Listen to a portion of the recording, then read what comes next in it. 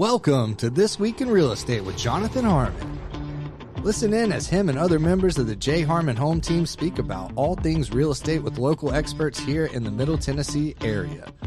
Be sure to check out jharmonhometeam.com for more information and how to get in touch with our amazing team. Welcome to the show. And good morning, everybody. It's This Week in Real Estate with Jonathan Harmon, powered of the J Harmon Home Team, powered by Keller Williams. I haven't finished my first cup of coffee yet, Trent, so I apologize for that little flub there. But before we get rolling, we've got a fantastic guest today, and I can't wait to speak with him.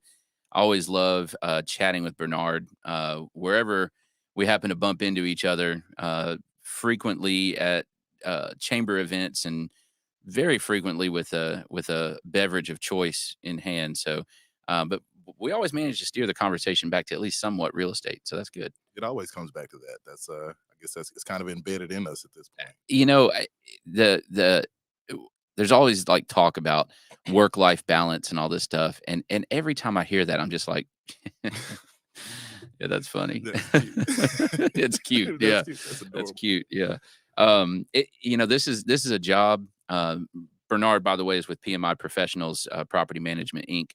And so he does kind of a different side of real estate. He does some of the same stuff that I do, but also integrates some other things into his repertoire, so to speak. And, this is a job where like you never really fully clock out. And in order to do that, you have to go somewhere where your cell phone just doesn't work.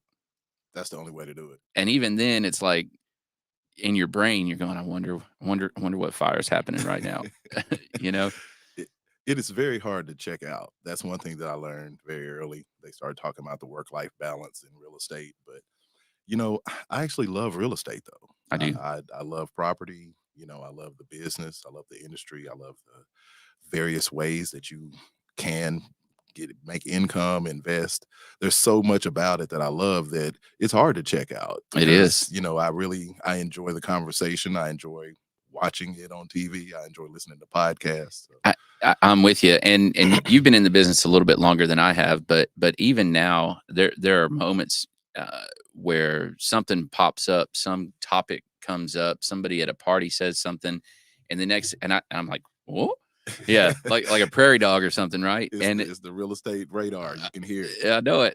And I get excited. I get excited to talk about it. I get excited to share with other people. And sometimes, and this isn't like an arrogant thing, but I get excited to kind of, I guess you can say it this way, correct wrong thinking, right? Like you hear, there's so much speculation and, well, this is why it's like, it's not exactly accurate. I think you mentioned earlier that our conversation seemed to come back to real estate. I think the education, educating others is one thing that we enjoy doing. That's kind of why you work with buyers and sellers or even investors or, the education of it, walking them through the process to do it over and over again. You kind of enjoy that. Yeah. But I think with guys like us, we also love learning about it. So Absolutely. We're so engulfed in it. Like I said, reading, listening to the podcasts, the housing market will come on CNBC and I'm shushing everybody in the room, turning up the TV and everyone like, what are you doing, man? We're playing cards. Like, so anyway, I can't even be on vacation, so it's one of those things where it's just like, we're so into it that I believe that's what draws us to that. Well, I can't even count how many times I've called you and I'm like, hey man, I got this. Does this make any sense? Or what do you guys do about this? Because property management specifically, that is a whole. It almost should require a separate license. Let's really be honest about it, right? It is not the same skill set as helping a buyer, helping a seller. You do some of that as well, and you should, right? But the flip side of that, the portfolio management and the my goodness, I don't like, I have no desire to ever get into that side of it. It's just not, it's exciting to me to generate income that way, but the management side of it is not exciting to me. And thankfully there are a lot of guys like you that keeps us in business. because there are quite a few people that self-manage as well, and it's funny because some of them will do that for a while, and then they're like, we're done with that. Some people actually enjoy it, but I do tell people you kind of have to have I don't know if it's the heart or the stomach. It's not the brain, because if you think it through, then you probably wouldn't do it. But you do. Again, it comes back to just loving what you do. It is a different side of the business, but I'm more connected to the investing side than I am the working with buyers and sellers. Even the buyers and sellers I work with are usually investors. Right. If I'm doing a real estate transaction, it's usually an investor selling a rental property, or somebody buying one, things like that. So it is a different process, but it just like I said, the various ways that you can generate income and that you can build wealth through real estate just really excites me. And it comes back to kind of what you were saying, the miseducation of a lot of people, how hard they think it is, or there's so many ways to get into it. Well, I want to throw one out there for you, and then after this little section, I want to make sure that we go back to Mr. Bryan Nale. So we're going to talk about him for a second. But one of the things that I think is a big misconception for a lot of people that work more exclusively on the side that I work on, is that, well, commercial real estate or investing, or buying and selling rental property, all that, it's a colder process. There's not as much emotion attached to it, and I don't think that's true. I mean, you've got emotional beings, humans involved, so there's going to be emotion. And what's more emotional than managing your nest egg, than managing your retirement, managing your legacy for your heirs and all of that kind of stuff. Well, keep in mind too, who we work with is not a diehard investor. They didn't wake up and say, I want to own 10 or 15 rental properties. We actually work with a lot of people who are former clients of realtors like yourself, who, they bought a property that they're living in, maybe as a single person, or maybe as a newlywed couple, a townhome, or a nice single family home. Used to be Cason Lane was the area around here that everybody, that was kind of the starter home. And then you moved up to somewhere else. But, a lot of those people, either the bug hits them at some point, hey, maybe we keep this as a rental property or something like that. Maybe we dab into it, see what we like, see what we think. Maybe the market shifted and they decided, as I'm having a lot of conversations now with people who they have a 3% interest rate on their house and a ton of equity, but they got another job in another city or another state, or they had another baby, or they had a life happens, an in-law, a parent needs to move in, life happens, we can plan out everything we want, but life is going to happen to us. So they need to make a move, but they just don't want to let go of that 3% interest rate, or that $250,000 in equity that they've gotten in the last 3 years. Right. By not even paying their mortgage down, just by simply owning the property. Simply owning property. So, so I have a lot of those conversations as well. So, in that case, that's where I get some phone calls from yourself, or, whether it's a tenant or whether it's a client that wants to rent their property out. Say, hey, Bernard, they want to have this conversation. A lot of conversation I've had recently is people who are just unsure. They want to look into it. What would it look like? How much rent could I get? Do I want to do this? Because maybe it sat on the market for 3 weeks instead of the 3 days that it has been in the past 3 hours sometimes. Yeah. Right, exactly. So a lot of it just comes to, like you said, you're dealing with emotional beings. So that's what I mean. Everybody's not just a diehard investor. Some people are just well, even your diehard investors. Home. I mean, there's a lot riding on those things, and it is. I mean, it's home. No matter how you slice it, the concept of home is an emotional situation, right? And the thing is I mean, these things. You're paying money for them, sometimes a lot of money. You're spending money on them. You want them well taken care of. So yeah, it can be emotional. I know guys who they look at it's just property. It's no big deal. It's just a business. But let's be honest. They still don't like to lose money. They don't want to lose money. And it's a different type of emotion. Yeah. There's an emotion to it, but there's a different type of emotion. Right. Whether it's your personal home, or whether it's your investment home, or like I just described, your personal home that you're deciding to rent out to someone else because, your kids, your first 2 kids may have grown up to 8 or 10 years old in that property, and now you're going to let somebody else move in, and people feel some kind of way. Well, can you make sure they don't do this and do that? Well, we have rules that we have to follow as well, so little things like that. So it is a balancing act, but it's a beautiful balancing act. I deal with so many different personalities and so many people. Not all good, but some people probably say the same thing about me. So I can't imagine that. So real quick, we're going to bounce it over.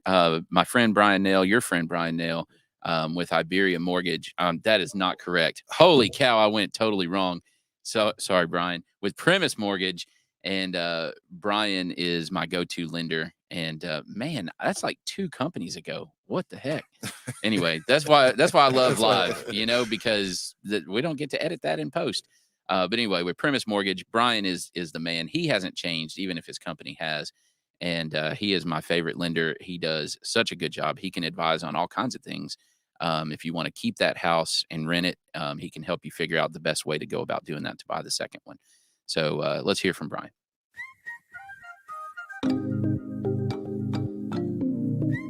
Hey, my name is Bryan Nale. I'm a mortgage loan officer with Primis Bank Mortgage.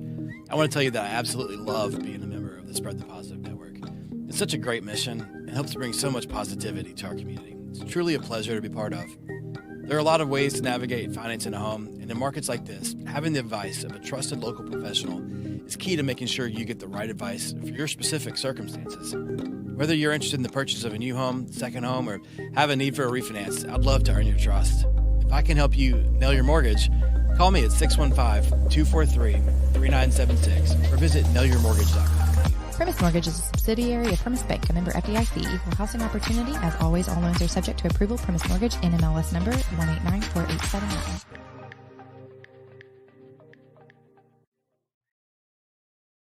Okay. Thanks, Bryan. We love you, man, and we love all that you do for helping spread the positive and being part of our community here. All right, Bernard, let's dive in. So you got licensed in 2002. 2002. So you rode that first wave up, then you rode the crash down, and then you did the little flat part, and then you rode the next wave up, and now we're here. Yeah, a little interesting background about me. I had a banking background before I got in real estate. So in 2012, I actually got into mortgages.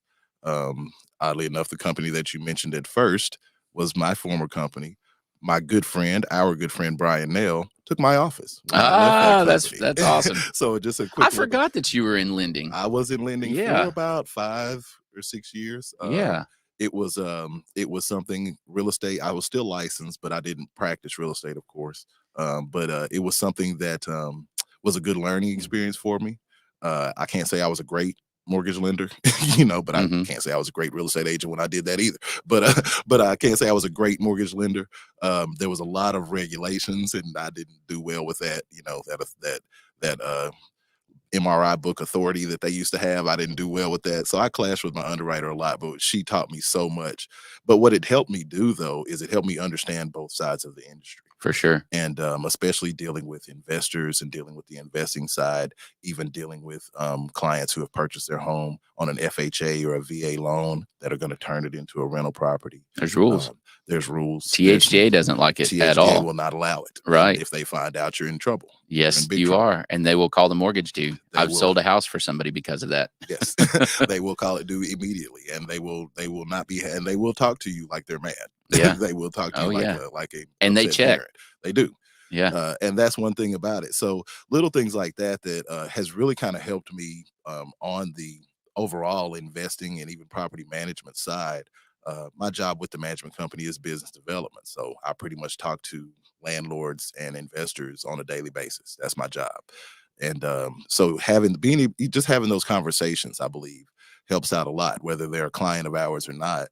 Being able to advise and being able to speak on those things, even on the finance side.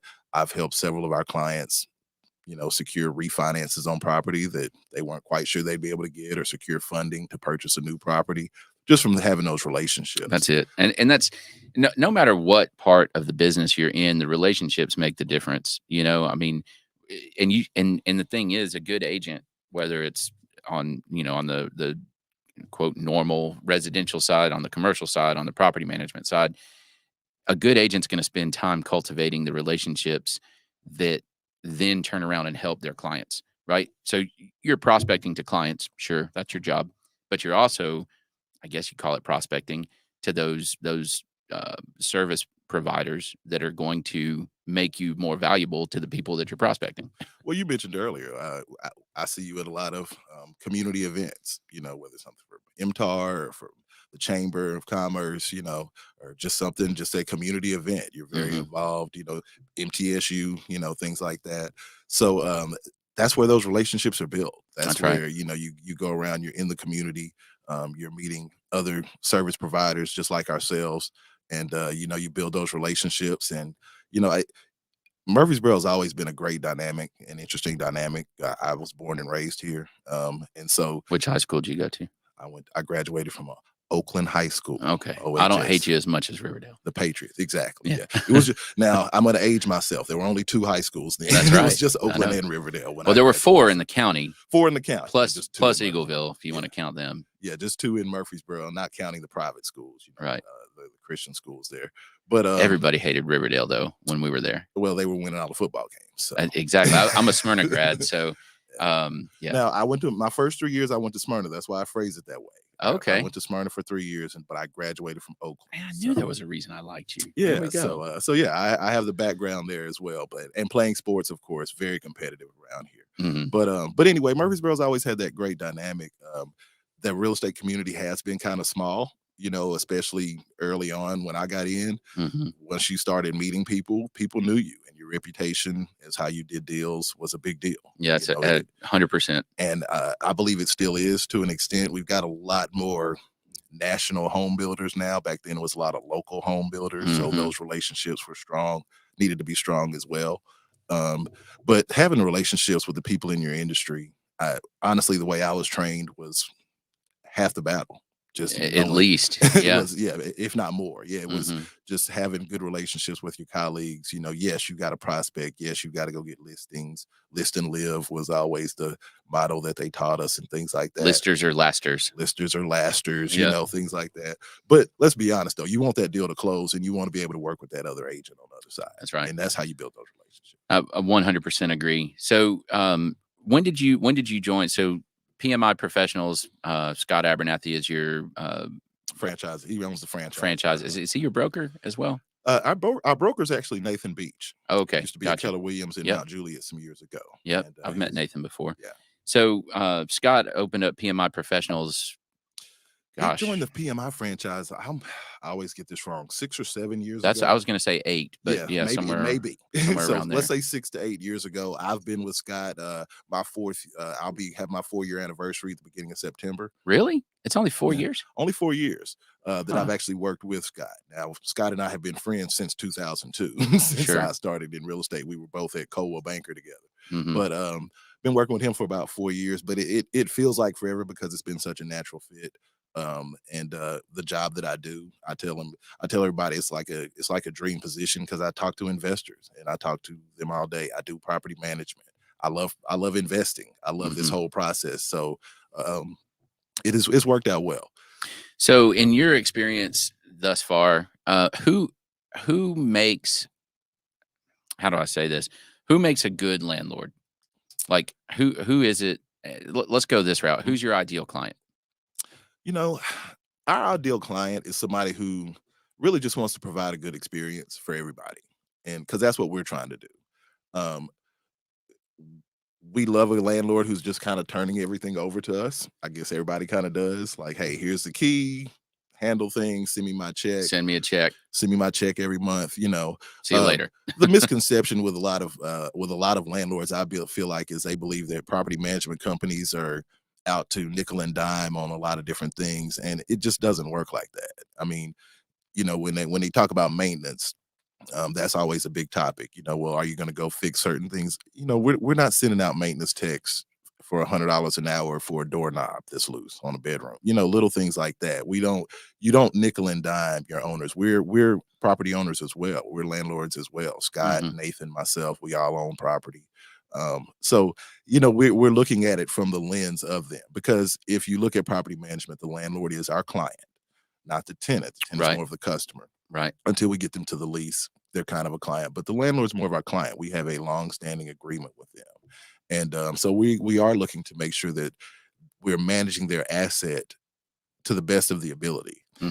Like I tell people, there's only two basics really to property management that people want: pay me my money on time and don't tear up my house. And it's our job to hopefully provide that.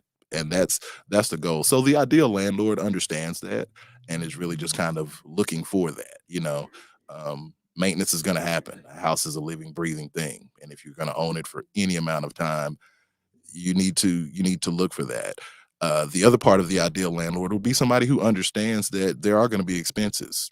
Maybe not this year, maybe not next year. I replaced an HVAC on one of mine 2 weeks ago. Exactly. It sucked. It sucks. It does. It sucks.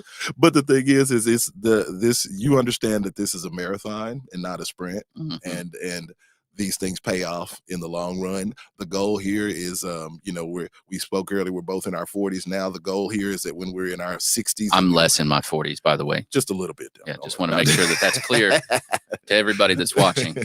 Yeah, that's a little bit less. But no, so we don't want to be running around for the hustle for the next 20 years of our lives. That's right. We're building something here.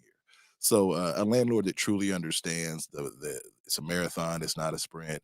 There are going to be expenses, and it's our job to help mitigate that for them. Yeah. And who makes a bad landlord then? That's tough to say. Oh, come on, man. Don't be diplomatic now. I have to be a little bit politically correct. It's 2023 and as most people know. Let me rephrase it. No. who should not become a landlord? Like give me a scenario where you need to just sell the house. The biggest thing about being a landlord is understand that it is still a risk that you're taking. Yes, you are going to have some expenses in there. You're going to have months without rent. Yes, you are going to have some vacancy. That was my name. You are going to have some vacancy in there. Yes, you are going to have to do some maintenance stuff that you never even thought of in your life. That certain things that you just don't think of. How did they even do that? How did that even happen? How did that even? So little things like that. So, but if you don't have savings that you can apply, that you can earmark just for the property, you might want to just go ahead and sell. If you don't, and when I say savings, everybody thinks, oh, well, I don't have $15,000 in cash. Well, do you have a line of credit on your current property, or do you have one on the rental property that you have? Do you have maybe a credit card that has a $10,000 limit that you cannot use for anything else? That's right. It's got to just be sitting in a drawer, waiting. Freeze it in an ice block. Freeze it in an ice block until the HVAC goes out, as you spoke of a couple weeks ago, until that happens. Because even if it's a brand new house, yes, it's not going to happen immediately. But in a few years, something's going to happen. Yeah. A water heater is going to go out. $1,200, $1,500 gone, just like that. If it didn't damage the floors. If it didn't cause water damage to the floors. Little things like that an HVAC. Everybody thinks the insurance company fixes all roofs. They don't. Nope. But sometimes a roof is leaking and you still have to get it fixed.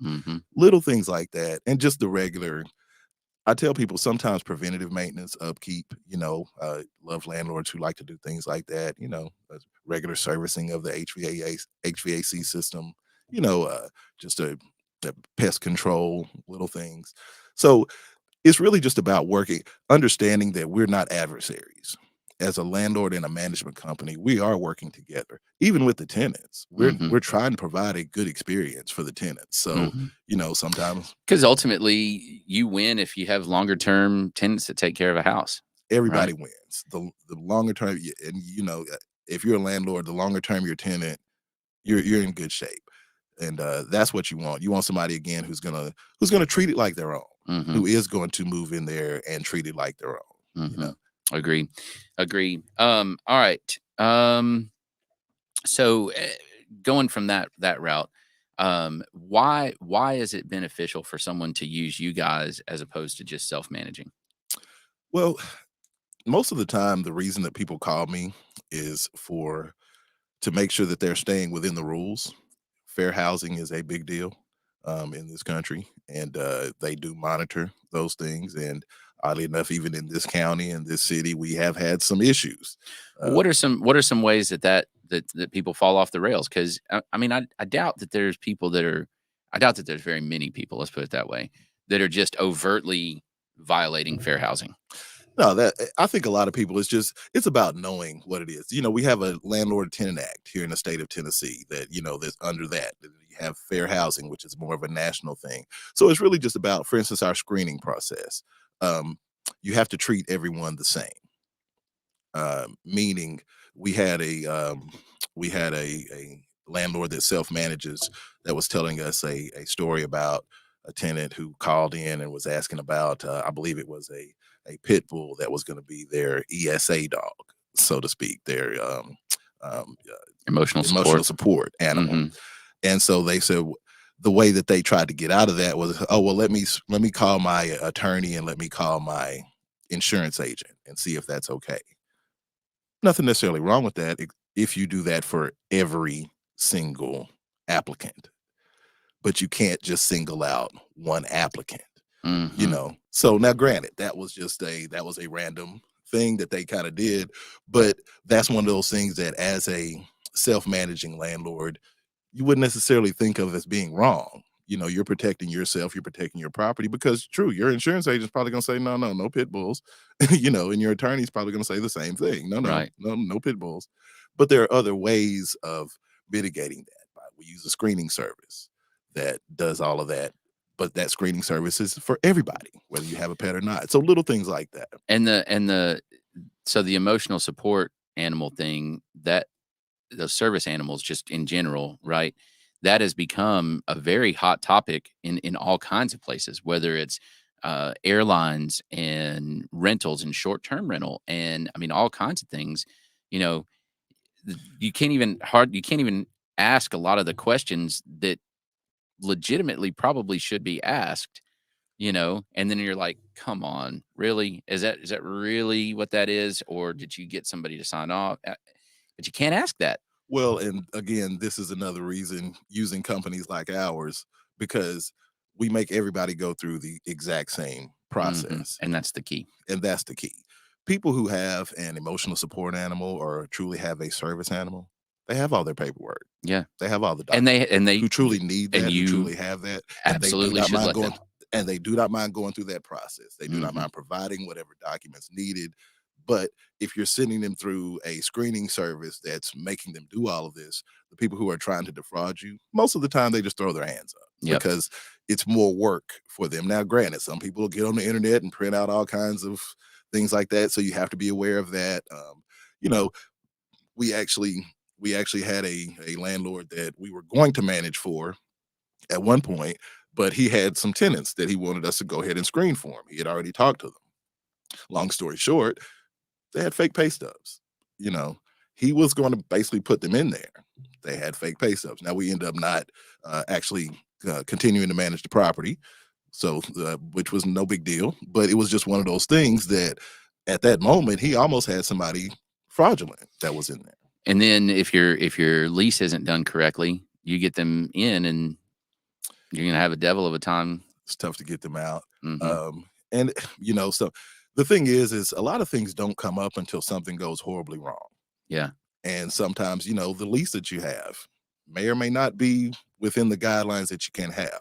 Not that you can't put it in that lease, but if it ever goes to a judge, that judge is going to look at it and say, yeah, you can't do that. Mm-hmm. And so you may or may not, it's just going to kind of depend on what happens there. So the legalities of it, that's a big reason that people come to us and people hire us. It's protection. It's insurance. It's protection. It's insurance. It's making sure that everything is on the up and up. And quite honestly, we have a lot of people who they just don't want to fool with it. Yeah. They don't want to deal with it, screening people and putting them in their property and calling for vendors and getting maintenance out there and things like that. Maintenance is a big thing. I've had landlords just tell me, hey, you guys have the relationships. Yeah. I don't have them, and I don't want to go make them. I'd rather I'm working my regular job that's demanding. We either accidentally or purposely got this property for all the reasons that we've already talked about, and it's not my specialty to do this, right? And some people just go in with that plan. They're like, I'm gonna buy them. I'm gonna give me a management company, and that's it. I'm gonna get a management company in there.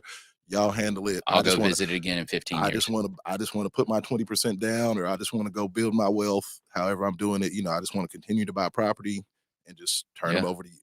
Yeah, for sure. All right. Let's see here. What about short-term rentals?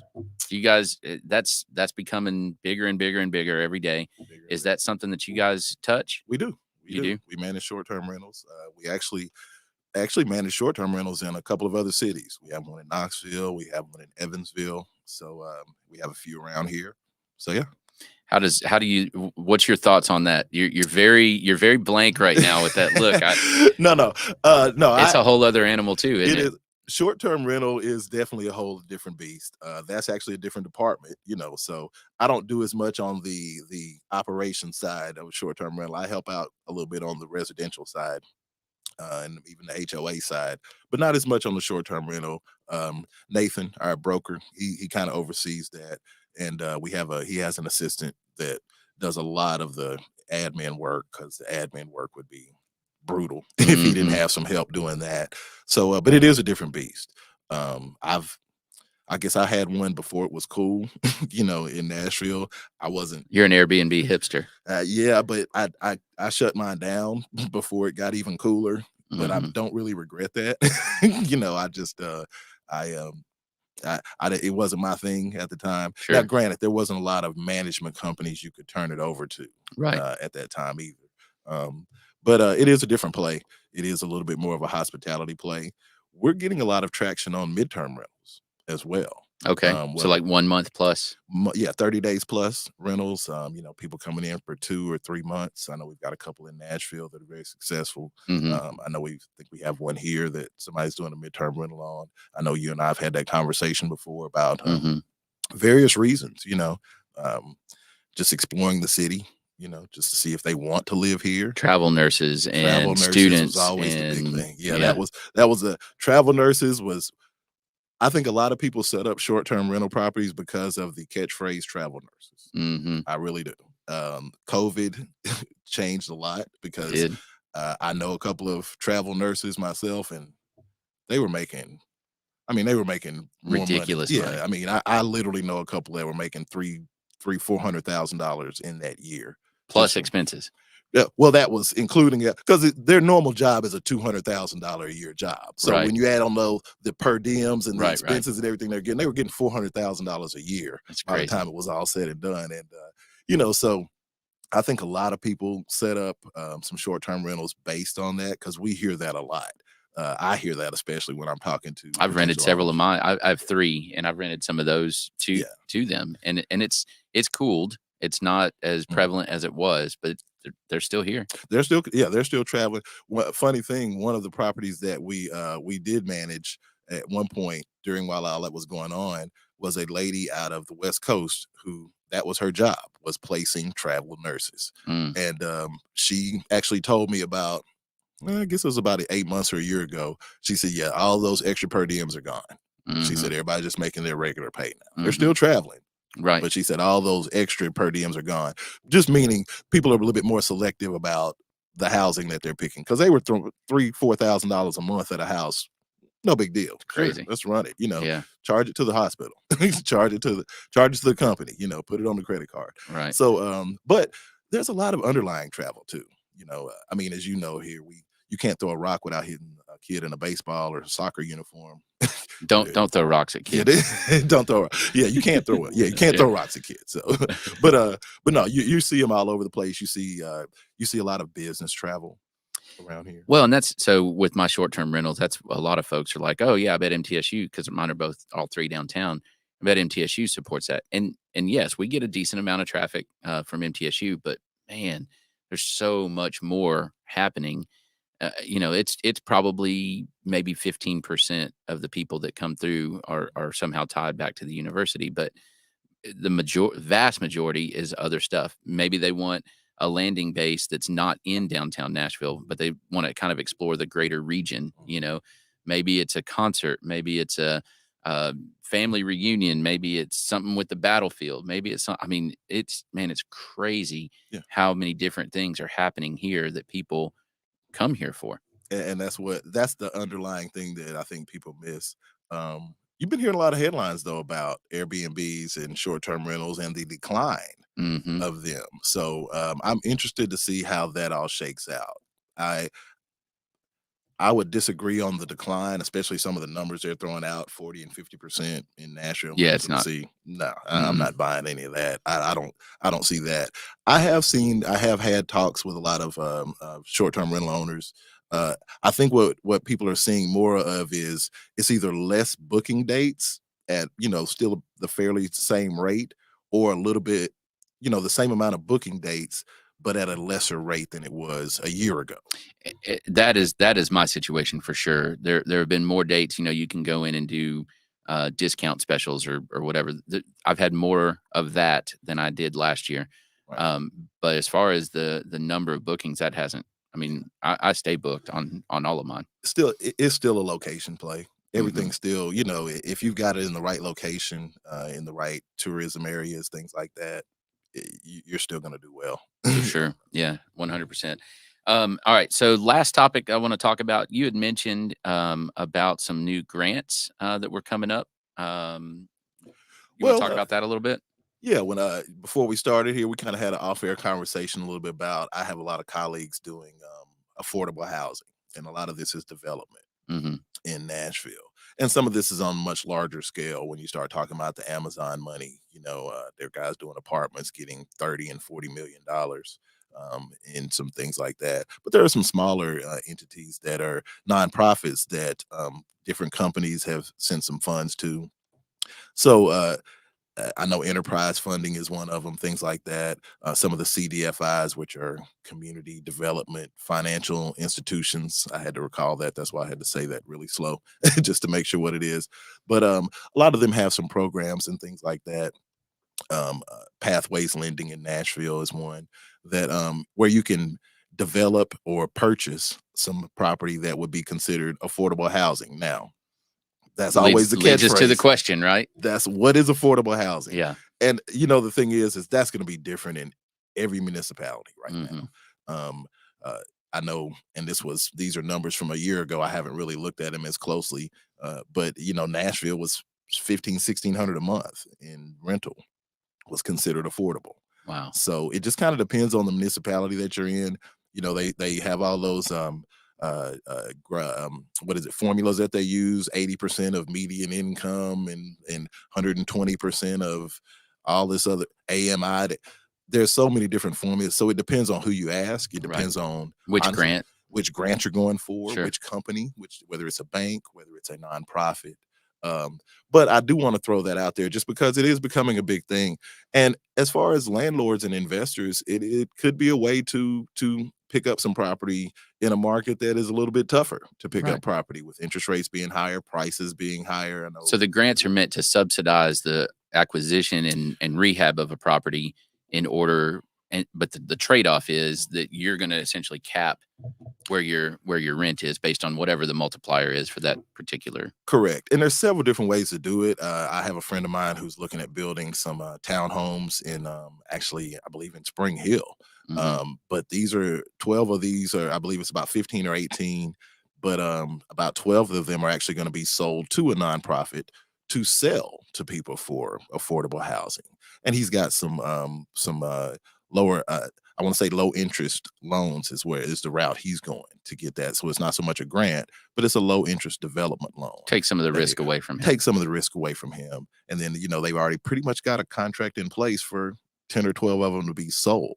So I say all that to say there are a lot of different creative programs out there. If there's something if you have a passion for it, then you can figure out a way to do it. We have one of our landlords that we manage for, and he does a lot of things with Journey Home. He has a couple of his properties. We had one we were getting ready to rent, and he said, take it off the market. I'm gonna let Journey Home use it. Little things like that. And it's a passion for him. He owns probably 20 properties. So he's got a few, 3 or 4 of them that he does that with. The rest of them are at market value. It balances out. It works out for everyone. So I do like to throw those things in there because it is a big thing right now. We are seeing rent stabilize a little bit, but rents are still expensive. They are. Well, I mean, $1,500 is considered affordable housing. I mean, my goodness, and that was a year ago. Yeah. So it's probably 1750 now or something. Yeah. I haven't. Don't quote me on that. I have no direct numbers, but we've talked about the real estate market and how things are. I mean, we saw houses that sold for $100,000 here when we first got into real estate that are $400,000 houses now. And let's be honest, we didn't think we were going to see those houses become $400,000 plus houses. And we still look at it and go, that's really not. No, but these were the properties we bought from rentals back then. You know, that were the starter homes that you know, when you first got out of college, you did go.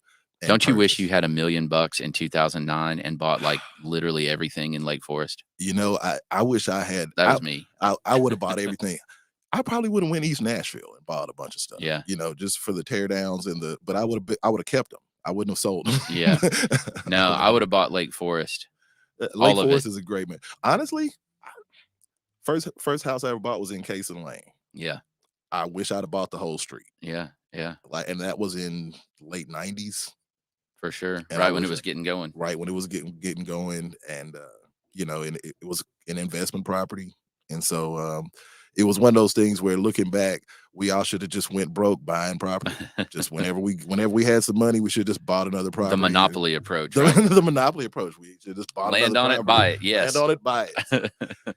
That's good stuff. All right, Bernard James over at PMI Professionals.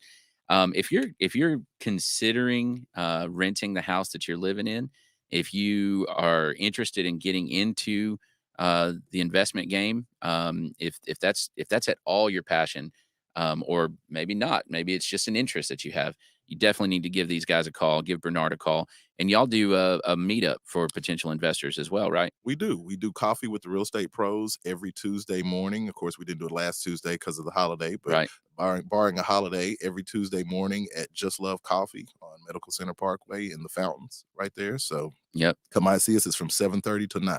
And lots of good brains sitting at those tables when you guys are sitting there having coffee and talking. That's the other people that come, not us. So. No, we appreciate that though. But no, come out and see us. It's good stuff. All right, one last invite is if you have an interest in this at all, we're doing a class this evening. We're calling it Real Estate Investing 201.